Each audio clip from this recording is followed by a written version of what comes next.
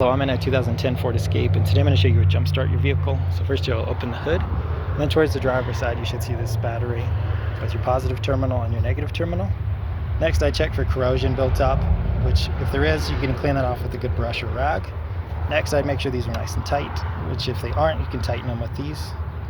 After that, with your jump box or jumper cables, you take your metal clamps, you have your red positive clamp directly to the positive lead here, and your negative clamp directly to the negative here.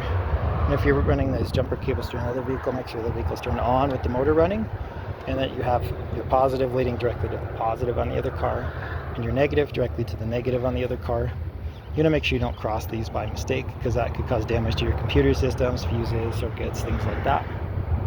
But all that said, once you've had with a good metal connection on both cars, this running for a few minutes or so, hopefully that gets you enough power to get started.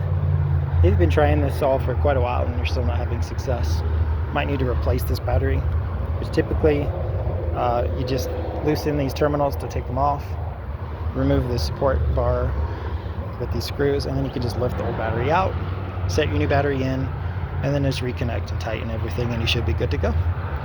But I hope this was helpful. Hope you have a wonderful day.